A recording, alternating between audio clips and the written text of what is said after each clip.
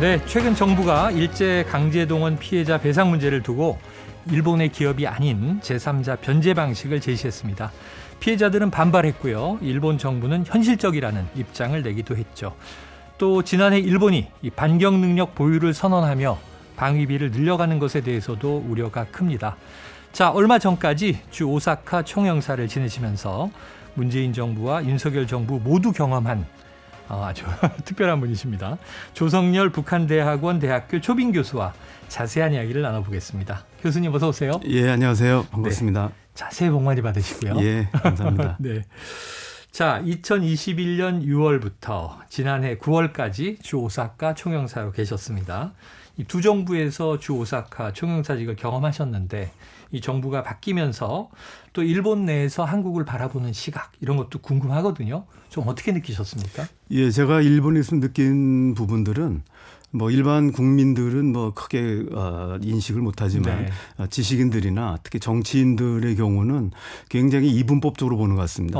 그러니까 민주당 정부의 경우는 굉장히 반일이다 이렇게 생각을 하고 네. 보수 정부, 국민의힘이라든지 이런 보수 정부는 친일적이다. 그러니까 뭐 친일이라고 해서 우리가 생각하는 네네. 이제 뭐 일본에 쫓아가는 의미는 아니고 가깝다. 일본과 가깝다 이런 네. 인식이 있습니다. 근데 사실 제가 있으면서도 그런 부분들에 대해서 많이 얘기를 했었는데 사실 한일 관계가 최악의 위기로 된 것은 옛날에 이제 그 이명박 정부, 그러니까 이명박 대통령이 독도 방문하고 임기 후반이었죠. 이랑에 이제 그 방한을 네네. 해야 된다. 그래서 사과해야 된다 얘기한 것 때문에 사실 한일 관계가 이제 극도로 나빠졌고 근본적으로 나빠진 거는 이제 2015년 9월 달에 반일 반파쇼 전쟁 승리 70주년 기념일이 기념 행사가 베이징에서 있었습니다. 네. 이때 시진핑 주석하고 푸틴 대통령 그리고 이제 박근혜 대통령이 참여했거든요. 네. 특히 자유민주진영에서는 유일하게 참여했을 뿐만 아니라 거기서 이제 푸틴 대통령과 시진핑 주석과 손을 잡고 연단에 섰습니다. 네. 이것 때문에 이제 굉장히 일본에서 극도의 반한 감정이 일었었습니다. 네. 오히려 과거 민주진영이라고 할 수 있는 김대중 대통령 때는 이제 김대중 오부지선을 발표해서 예. 사실 한일 관계를 풀 수 있는 계기를 마련했거든요. 그래서 사실은 뭐 어느 정부라기보다는 한국 정부마다 한일 관계에 따른 여러 가지 이제 굴곡이 있었습니다. 네. 근데 이런 부분들이 이제 제가 일본에서 보면 이거를 너무 이분법적으로 보는 이런 좀 시각이 있었던 게 사실인 것 같습니다. 그러네요. 이분법으로 뭐 민주정부, 보수정부 이렇게 보지만 사실은 보수정부 때 이제 반한 감정이 더 극대화됐던 경우도 그런 있었고. 경험이 있습니다. 그러니까 항상 그랬다는 건 아니고 그러네요. 그런 이제 사례들이 있다는 말씀드렸습니다. 자, 그런데 이제 이번에 또 정부가 지난해 바뀌면서 한일 관계도 또 바뀌어가는 흐름입니다. 우리 정부가 일본과 관계를 좀 풀어가려는 모습을 보이는 것 같긴 한데 좀 달라진 점이 있습니까? 예, 무엇보다도 그 지금 한일 간의 쟁점이 되고 있는 강제동원 피해 문제에 대해서는 아마 임기 초에 풀려고 하는 의지가 굉장히 강한 것 같습니다. 예.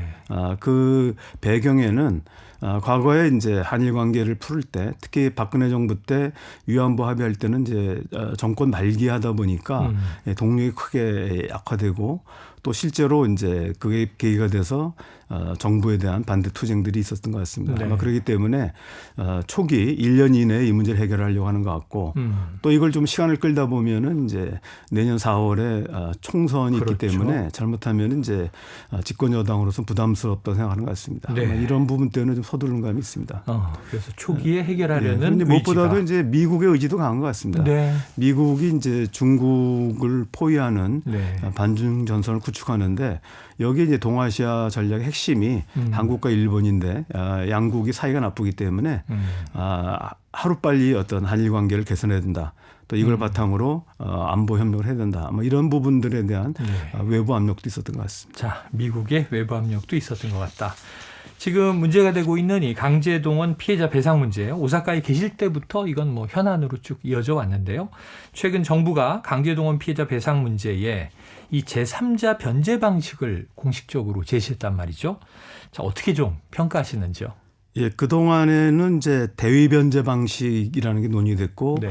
이번에 제3자 변제 방식, 소위 말해 병존적 채무 인수 방안이라고 얘기하는데 공식 이름은 약간의 차이가 있습니다. 기존의 이제 대위 변제 방식은 피해자가 동의를 해야 됩니다. 피해자가 동의를 해야만 되는데 지금 피해자 단체나 피해자분들이 동의를 하지 않기 때문에 네. 대위 변제 방식은 현실성이 없다라고 판명이 됐고요. 네. 지금 새롭게 나오는 병존적 채무 인수 방안이라고 하는 것은 국내 이제 어떤 그 채무 관련 소송에서 한 판례가 있기 때문에 이걸 바탕으로 이제 아이디어를 얻은 것 같습니다. 이거는 피해자가 아니라 가해자가 그러니까 이제 이 배상 책임 있는 자니까 이제 채무자이기도 하면서 네. 이 한일 관계에서는 가해자죠. 그렇죠. 여기서 동의만 있으면 가능한 방식입니다. 그래요. 예, 그래서 이 부분들이 이제 실제로 국내 이제 채무 관련 재판에서 그런 판례가 있었기 때문에 국제관계에 적용하는데 이 부분에서 이제 일단 국내 피해자의 동의를 얻지 않아도 된다는 면에서는 좀 더 해결 방식에 가까운 건 틀림없는 것 같습니다. 네네. 다만 여기서 이제 일본 기업들, 뭐 우리 규정대로 하면 전범 기업들이 자기가 이제 그 동의를 해줘야 되거든요. 네네. 동의를 해준다고 하면은 이 부분은 대법원 판결을 인정하는 게 되기 때문에 대법원 판결이라고 하는 것은 식민지 지배가 불법이고 네. 따라서 전범 기업이 배상해야 된다는데 그렇죠. 설사 배상의 책임은 그 우리나라가 만든 재단에서 대신 준다 하더라도 네네. 일단 그 가해자 다시 말하면 채무자가 동의를 해줘야 됩니다. 이 동의하는 과정에서 일본 정부가 과연 이제 인정하겠나? 예. 기업들은 뭐 자기네들이 해결하기 위해서 동의할 수도 있지만 네네. 이 부분은 이제 일본 정부가 계속 부인하고 있는 식민지 지배의 불법성을 이제 네네. 일본 정부가 인정하지 않으려고 하기 때문에 이게 이제 논란이 될 수 있습니다. 그게 이제 핵심 관건입니다. 지금 교수님 말씀을 들으니까 이해가 되네요. 대위 변제 때는 피해자가 동의를 했어야 되는데 지금 제3자 이 변제 방식은 최소한 가해자 전범 기업은 동의를 해야 되는데 이게 식민지배의 강제성을 인정하느냐 마느냐. 그렇죠. 그러니까 말은 네. 안 하지만 그 판결 배경은 네. 이미 이제 식민지 지배가 불법이라고 하는 게 대법원 판결의 핵심이거든요. 네네. 일본 정부는 이제 식민지 지배가 합법이라고 얘기하고 있기 때문에 사실은 돈의 문제는 아닙니다. 지금 네. 이 문제는. 그래서 이 문제에 대한 핵심 부분에서 일본 전범 기업이 실제 돈을 안 내더라도 동의를 하고 여기에 이제 따르면 그래도 어떤 적어도 법적인 문제는 해결이 됩니다만은 돈의 문제가 아니기 때문에 일본 정부나 일본 기업이 동의를 안 할 경우는 사실은 이제 일방적으로 우리가 상당히 좀 가해자는 가만히 있는데 피해자가 스스로 좀 약간 굴욕적인 느낌이 좀 드는 건 사실입니다. 자, 그런데 이제 피해자 동의가 없어도 되는 방식이다 말씀은 하셨지만 결국은 대법원 판결의 취지는 가해자가 피해자에게 배상을 해야 된다잖아요. 그렇습니다. 그럼 피해자가 가해자가 주는 그 배상, 그 돈도 있고 또 사실은 좀 공식적인 진정성 있는 사과도 요구하고 있는데 이 부분이야 뭐 판결에 들어있지 않다 하더라도 피해자가 받아야 되는 거잖아요. 그렇습니다. 그런데 이 피해자가 크게 반발하고 있는 상황입니다. 좀 어떻게 풀어가야 한다고 보세요? 지금 현재 나와 있는 일본 정부의 입장은 추가적인 사과는 없다 이런 얘기거든요. 네. 그러니까 지난 1998년도 김대중 오부치 선언 때 식민지배에 대한 사과를 했다. 그리고 그걸 이제 그게 여전히 유효하다는 정도만 확인하겠다는 겁니다. 그런데 사실 그 이후에 보면은 아베 총리 때 사실상 그 김대중 오부치 선언에서 담겨 있는 고노다마라든지 위안부에 대한 일본 정부의 강제성, 그다음에 이제 무라야마 다마, 식민지 지배에 대한 사죄 이런 부분들을 하나하나 부정을 했거든요. 그렇죠. 그렇기 때문에 이제 이런 부분들이 새로운 어떤 사과 형태가 아니라 과거에 사실상 형해화된 이런 김대중 오부치 선언을 그냥 계승한다 이런 부분들 가지고는 상당히 좀 미흡한 감이 없지 않습니다. 네, 지금 말씀하신 대로 이제 우리나라 국민들 입장에서는 그렇습니다. 과거에 사과했는데 그거 다 다시 부정한 거 아니야? 이런 느낌까지 들거든요. 그렇습니다. 실제로 독일의 경우는 폴란드나 또 이스라엘 유태인들에 대해서 이런 부분들은 뭐냐면 사과라고 하는 것이 법적인 문제로 하는 것이 아니라 어떤 도덕적인 문제를 강조하기 때문에 시기적 때가 되면 계속 그 독일 총리가 폴란드 또는 이제 유태인에 대한 학살에 대해서 중간중간 사과를 하거든요. 그래서 정부가 바뀌면 새로운 정부가 이걸 계승한다는 이제 의지를 표명합니다. 그런데 일본 정부는 이제 과거 정부가 했던 부분에 대해서 사실상 하나씩 부정을 했기 때문에 이런 부분들을 확인하면서 계승하면 뭐 바람직하지만 그렇지 않을 경우는 이제 아마 국내 피해자들이 동의하기 어렵지 않나 생각합니다. 그렇죠. 사과를 한 건지 아닌지 그렇습니다. 독일의 경우는 계속 재확인을 하고 사실은 참여하는 모습들을 지금도 보고 있으니까요. 그렇습니다. 자, 이 윤석열 정부도 일본도 이 강제동원 배상 문제를 좀 서둘러서 진행하는 듯하다. 이렇게 이제 또 평가되고 있습니다. 이거 어떤 이유에서 좀 서두르고 있다고 보세요? 예, 아까도 말씀드렸지만 이 부분들이 이제 가장 기본적인 원인은 법원에 의해서 이런 일본의 전범 기업들의 한국 내 자산을 현금화하는 조치가 진행되고 있습니다. 그렇죠. 그래서 만약에 이게 이제 진행이 되면 일본 정부가 이제 경고를 계속하거든요. 만약에 현금화를 할 경우는 한일 관계는 파탄날 것이다라고 계속 하고 있는데 사실 이제 일본 정부가 자기네 조치는 얘기하지 않고 네. 일본은 이제 1965년도에 합의를 그대로 인정해야 된다. 그런데 한국 대법원이 이 합의를 깼기 때문에 한국 정부가 먼저 답을 가져와라 이런 얘기입니다. 그런데 이제 일본 시각은 대법원 판결과 한국 정부의 입장을 동일시하는 겁니다. 그렇죠. 이런 부분들은 아마도 일본의 경우는 이제 내각과 행정부가 내각의 그 의회와 행정부가 사실상 동일하고 그렇죠. 내각제이기 때문에 그리고 이제 사법부가 우리보다 훨씬 위상이 낮습니다. 그렇기 때문에 사법부는 행정부의 결정을 위반하는 판결이 있을 경우는 다 유보하거나 판결을 이제 그 정부 쪽 입장에 따르는 게 하나 전례로 되어 있습니다. 네. 제가 일본에 있을 때도 많은 일본 정치인들이나 또 외교관들이 이제 그런 얘기를 합니다. 왜 이상하다. 이른바 통수권 이론이라고 해서 법원은 행정부의 결정을 따르게 돼 있는데 왜 한국은 안 따르냐. 네네. 그래서 그거는 일본의 특성이고 한국은 엄격히 상권 분립이 돼 있기 때문에 또 대통령제 하에서 대통령과 의회 그리고 사법부가 독립돼 있다. 따라서 정부가 과거에는 사법부 판결에 개입한 사례가 없지 않지만 결국은 그것이 문제가 됐다. 네. 그래서 지금은 또 이번에 이제 그 강제동원 피해자의 판결은 정부가 개입하지 않은 순수한 사법부의 판결이다. 네. 따라서 정부가 여기 개입할 경우는 또 다른 문제가 생길 수 있다. 이런 얘기를 한 바 같습니다. 행정부와 사법부의 또 위상 문제도 그렇습니다. 한일 간의 차이가 있습니다. 자, 최근에 이 기시다 총리가 연이어 한일 관계를 다시 발전시키겠다 이런 입장을 내고 있습니다. 우리 정부도 뭐 당연히 한일 관계를 이제 회복하겠다 이런 입장이고요.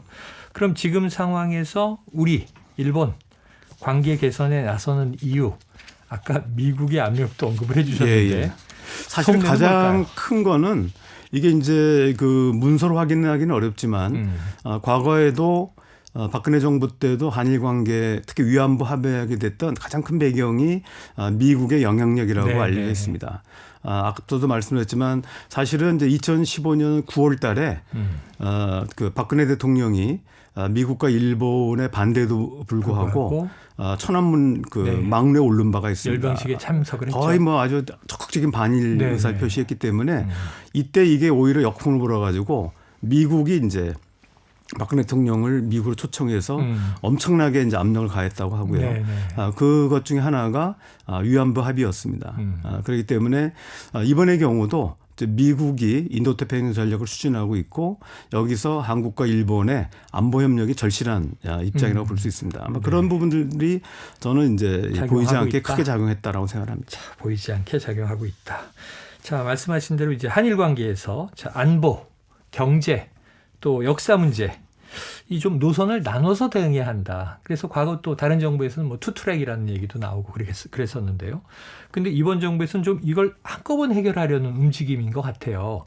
이 부분은 어떻게 보세요? 가능하겠습니까? 그러니까 이게 이제 그 정권마다 일본 정부의 태도가 변한 건데요. 또 우리 정부의 태도도 좀 변했습니다. 그러니까 과거 박근혜 정부에서 여러 가지 경제 안보 현안을 한 묶음으로 보고 또 하나는 과거사 문제라고 한다면 이 문제에 대해서 오히려 일본 정부가 투트랙을 이제 제시했고요. 아베 정권 때 박근혜 정부가 이걸 분리할 수 없다. 그래서 위안부 문제가 해결되지 않으면 경제 안보 협력을 할 수 없다라고 해가지고 오히려 단호한 입장을 취했습니다. 그러다가 또 문재인 정부 들어와서 문재인 정부가 투트랙으로 전환을 했는데 이번에는 이제 아베 정부가 과거사 문제를 먼저 풀지 않으면 경제 안보 협력은 없다라고 해서 오히려 굉장히 강하게 나왔습니다.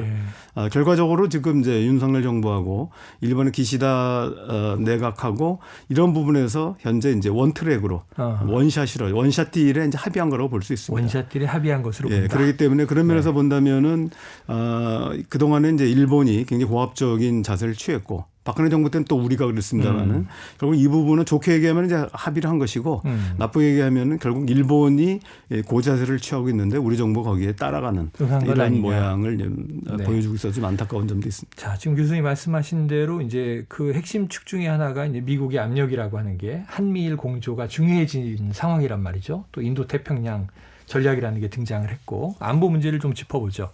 자, 지난해 12월 일본이요. 국가안전보장 전략문서라고 해서 3대 안보문서를 개정하면서 사실상 전쟁 가는 국가로 지금 전환된 상황인 것 같아요. 그렇습니다. 또 방위비는 5년 뒤까지 GDP의 2% 이상으로 늘리겠다. 자, 그럼 이게 한반도를 두고 동북아 지역에서 뭔가 좀 우리가 우려하던 문제가 터질 가능성이 고조된 거 아닌가? 어떻게 진단하십니까? 예, 지금 사실 이 한반도에서 가장 이제 그 전쟁 위협이 고조된 전운이 고조된 부분은 이제 대만입니다. 네.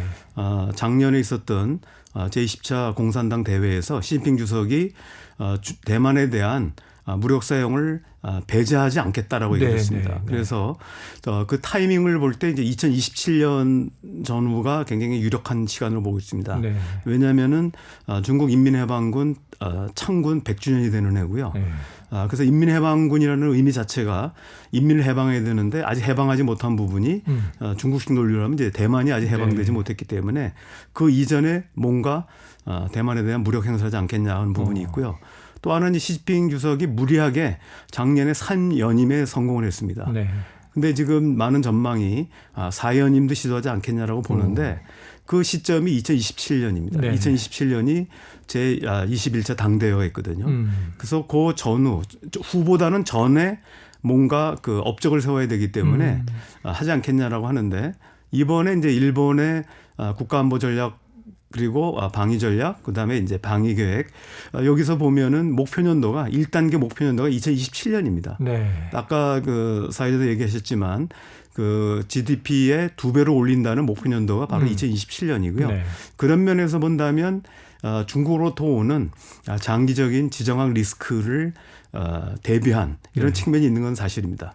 그리고 미국이 그것 때문에 2027년 이전에 일본하고 한국하고 안보 협력을 좀 강요하고 있는 것이고요. 이런 부분들은 나름대로 이제 그 의미가 있다고 생각합니다. 네. 지난 1월 9일 날 미 CSIS 보고서에서도 대만 침공 시나리오가 대만 침공 나왔죠. 워게임을 했는데 여기도 보면은 결국은 이제 미국 단독으로는 안 되고 대만, 미국 여기에 이제 일본의 지원이 있어야만 중국에 대해서 승리할 수 있다라고 보고 있고 결국 승리도 굉장히 큰 이제 동시에 피해를 안고 있다고 전망하고 있었지만은 결국은 어쨌든 중국이 패배하고 미국 또 대만이 승리하는 워게임이 나왔는데 이걸 위해서도 사실은 일본의 협력 그리고 거기에 한국 일부를 뺐습니다마는 사실은 한국과 일본의 협력이 굉장히 중요하다라고 보는 것 같습니다. 아마 그런 면에서는 의미가 있지만 또 다른 측면에서 본다면 중국의 지정학적 리스크라고 하는 것은 사실 장기적 리스크입니다. 지금 당장 뭐 전쟁이 일어나거나 그런 건 아니거든요. 그런 면에서 본다면 아직 무역의 문제라든지 그다음에 이제 한반도의 안정 그리고 이제 더 나아가서 북한의 비핵화를 푸는 데서 중국의 역할이 굉장히 중요합니다. 그런 면에서 이제 우리가 과도하게 장기적 리스크에 대비한다고 해서 한중 관계를 악화시켰을 때 사실은 무역 문제에서도 굉장히 어려움을 겪을 수밖에 없고 북핵 문제에서도 해결의 길을 찾기가 굉장히 어렵습니다. 아마 그런 면에서 장기적인 지정한 리스크하고 단기 중기적인 여러 가지 이제 그 협력의 틀 이런 것을 이제 잘 조화해 나가야 되는 게 필요하지 않나 생각합니다. 네. 자, 이게 복잡합니다. 중국, 대만 문제. 네, 그렇습니다. 또 미국, 일본이 개입돼 있고 우리나라도 거기에 또 엮여 있는 복잡한 상황입니다. 자, 지난 13일이었습니다. 미일 정상회담에서 바이든 대통령이 일본의 새 국가안보 전략을 기반으로 군사동맹을 현대화하고 있다. 상당히 좀 지지하는 모습을 보였단 말이죠. 우리는 좀 섭섭할 수 있는데 이 궁극적으로 이 중국을 견제하는 것 때문으로 봐야 할까요? 박사님 어디에 주목하십니까? 그렇습니다. 그러니까 실제로 그 요번에 국가안보 전략이라든지 일본에서 나온 방위 전략에서 보면 이게 이제 특히 국가안보 전략 이 보고서가 이제 두 번째 나오는 건데요. 네. 2013년도에 1차 보고서가 나왔을 때는 1차 그 타겟이 북한이었습니다. 네. 북한의 어떤 실질적 위협. 두 번째가 중국이었고요. 예. 러시아는 협력 국가로 분류돼 있었습니다. 네, 네. 근데 이제 9년이 지난 작년 12월에 나온 보고서에서는 최대의 전략적 도전이라고 그래서 중국이 1순위로 올라갔고요. 2순위가 이제 당면한 강화된 위협 그래서 북한이 2위. 네. 그다음에 이제 새롭게 우크라이나 전쟁 때문에 그렇다고 봅니다만은 중국과 연계된 어떤 그 방위상의 위협이라고 그래서 3위로 또 러시아가 들어왔습니다. 협력 국가가 아니라. 예. 그래서 협력 국가에서 이제 위협 국가로 바뀌었습니다. 네, 네. 여기서 중요한 것은 이번에 이제 안보 전략의 핵심이 우리가 흔히 우리 국내 언론에서는 이제 북한의 위협을 주로 하지만 실제 보고서 내용을 보면은 전반적으로 중국의 위협에 초점 맞춘 걸 알 수 있습니다. 네. 자, 한미일 여기에 말씀하신 부분 지금 말씀하신 북중러 이렇게 포함을 하면 딱 우리가 걱정하는 이제 신냉전 구도가 돼버리는데 말이죠. 그렇습니다. 자, 또 미일 정상회담에서요. 이 한반도의 완전한 비핵화 약속 재확인, 한미일 간 3자 협력 강화 약속 이런 메시지들이 나왔단 말이죠. 어떤 점에 좀 주목해야 될까요? 예, 여기서 지금 국내에서 집권 여당 일부 전문가들 또 정치인들 사이에서는 사실상 북한 비핵화는 어렵다. 그래서 전체적으로 보면은 이제 우리가 군사를 강화하고 대북 억제력을 강화해야 되는데 초점을 맞췄습니다. 네. 또 작년 대선 기간에도 그런 얘기가 많이 나왔거든요. 북한의 평화 위장 쇼에 속아났다. 그런데 사실은 이제 저는 이제 한반도 비핵화 또 거기에 수반하는 한반도 평화라고 하는 것은 사실은 포기에 대해서는 안 될 중요한 정책 목표라고 생각합니다. 실제로 이런 부분을 확인해 준 게 이번 미일 정상회담에서 결국은 이제 우리가 보통 북한 비핵화라고 하지만 폭넓은 의미에서 한반도 비핵화에 재확인한 겁니다. 이런 부분에서는 저는 우리 정부가 뭐 초기 이제 선거 기간에는 충분히 뭐 그런 말을 할 수 있겠지만 실제 정책으로서는 한반도 비핵화 평화를 위한 노력을 다시 재개해야 된다고 생각을 하고요. 그럼에도 불구하고 북한의 비핵화가 장기적인 과제로 될 수밖에 없기 때문에 그런 면에서는 이제 일단 북한의 비핵화에 대비한 억제력 그리고 좀 더 넓게 본다면 중국의 지정학적 리스크 여기에 대비하기 위한 한미일 안보 협력의 틀을 만드는 건 저는 중요하다고 봅니다. 네. 그런 면에서 이번 미일 정상회담에서 한반도 비핵화 그다음에 한미일 간의 안보 협력을 제시한 것은 아마 원론적인 수준입니다만은 네. 의미가 있지 않았나 생각합니다. 예. 자, 한반도의 이제 확장 억지 강화는 뭐 어쩔 수 없는 과정이지만 비핵화는 꼭 이루어야 하는 것이다. 자, 그런데 이제 안보 전문가시기도 하니까 예, 이 부분이 궁금한데 신범철 국방부 차관이요 최근에 KBS 라디오에 나와서 이 윤 대통령의 자체 핵무장론 이게 상당히 좀 논란이 된 발언이었는데 이게 국민을 안심시키려는 취지였다 이런 해명을 했어요. 실제로 좀 어떻게 보십니까? 예, 실제 대통령께서 국방부 업무 보고에서 자체 핵무장론을 얘기를 하셨는데요. 네. 실제로는 뭐 불가능합니다. 그건 뭐 말할 것도 없이 실제로는 불가능하고요. 불가능하다. 다만 이제 그 신범철 국방부 차관께서 이거에 대해서 이제 해명한 거는 적절치 않다고 봅니다. 아, 그래요. 왜냐하면은 대통령께서 얘기하신 거고 국방부 업무 보고서 얘기했으면 대통령께서 뭐 설명을 하시든지 네. 아니면 적어도 대통령실에서 뭐 해명 자료를 내놓고 해야지. 네네네. 사실은 대통령이나 대통령실에서 아무 얘기도 안 하고 있는데 국방차관이 사실 무슨 권한으로 자기가 대통령 발언을 해석을 합니까? 예. 그거는 조금 문제가 있다고 생각합니다. 아, 이거는 좀 문제가 있다. 자, 국민들 입장에서는 어쨌든 느낌은 이런 거예요. 갈등이 점점 고조되고 있는 거 아닌가. 한반도를 비롯해서 지금 뭐 미국도 그렇고 중국도 그렇고 좀 군사적 긴장이 고조되는 시기 아닌가 좀 우려가 큽니다. 괜찮을까요? 예, 사실 지금 우리가 이제 이런 긴장이 고조될 때 중요한 부분은 한편으로는 억제력, 군사적 억제력을 강화하고 또 안보 틀을 만드는 겁니다. 그런 면에서 이제 아까 말씀드렸지만 일부 비판도 없는 건 아닙니다만은 한일 간의 안보 협력, 한미일 안보 협력은 뭐 당장 속도를 낸다는 의미보다도 기본 틀을 만드는 거는 중요하다고 보고요. 네. 또 우리 정부가 대북 억제력 또 잠재적 억제로 중국을 포함한 잠재적 억제력을 갖추는 건 필요하다고 봅니다. 다만 이제 이런 부분들을 너무 강조하다 보면은 과도한 어떤 군비 경쟁에 어떤 그 빠질 수가 있고요. 이렇게 되면은 오히려 이른바 안보 딜레마라고 하죠. 네. 사실 안보를 지키고 평화를 지키기 위해서 하는 노력들이 오히려 안보를 위험하게 하는 이제 이런 위험에 빠뜨릴 수가 있습니다. 그게 이제 안보 딜레마라고 합니다. 국제정치학에서는. 네. 이런 부분들을 막기 위해서는 사실은 우리가 대화 채널을 복원해야 됩니다.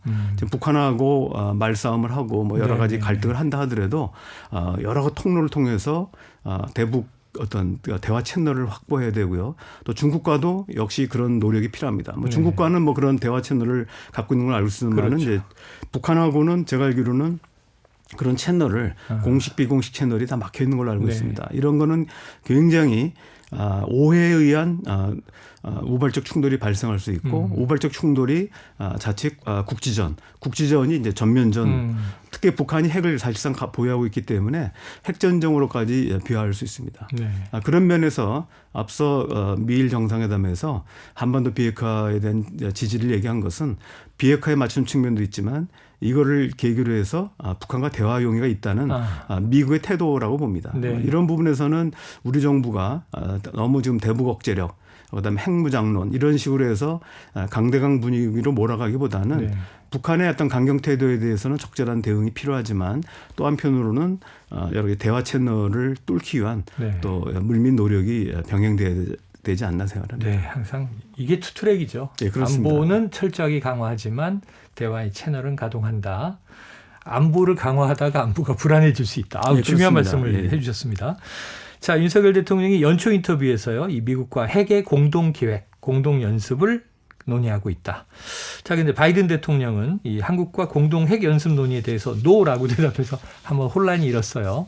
이게 대통령실 정리는 이제 이 기자의 용어가 잘못됐었다. 이렇게 정리가 됐는데, 자, 이게 어떻게 좀 복잡한 논의가 이루어지고 있다고 보세요? 그 실제로 여러 가지 논의가 있는데 자체 핵무장론이 있는데 아까 불가능하다고 자체 말씀하셨고. 핵무장론은 이제 우리가 할 수 있지만 그렇게 되면 북한과 똑같은 이른바 불량 국가가 됩니다.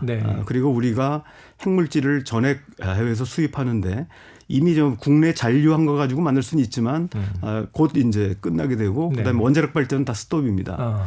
그리고 유엔 안보리 제재를 받게 되고 그러면 우리는 이제 수출을 할 수가 없죠. 또 수입도 하기 어렵고요. 이런 면에서 자체 핵무장은 사실상 불가능하고요. 그다음에 전술 핵무기를 재배치하는 문제가 있는데 지난 1958년도에 주한미군이 전술 핵무기를 배치했다가 98년도에 철수를 했습니다. 근데 이제 미국이 단순히 철수해서 미국 내 보관하고 있는 것이 아니라 다 이제 폐기를 했습니다. 그래서 미국이 가지고 있는 것은 폭격기에 탑재하고 있는 것은 유럽에 한 160개 정도를 보관하고 있는 것밖에 없습니다. 그래서 전술 핵무기를 한반도에 배치하려고 해도 새로 만들어서 배치하면 모르지만 어렵고요. 그다음에 미국은 이미 98년도에 당시에 이제 부시 대통령이 더 이상 아까 말씀 나토를 제외하고는 더 이상 다른 나라에 핵무기를 배치하지 않겠다라고 선언한 바가 있습니다. 그 정책을 지금도 이어오고 있고요. 또 하나가 남은 것이 이제 나토식 핵 공유인데요.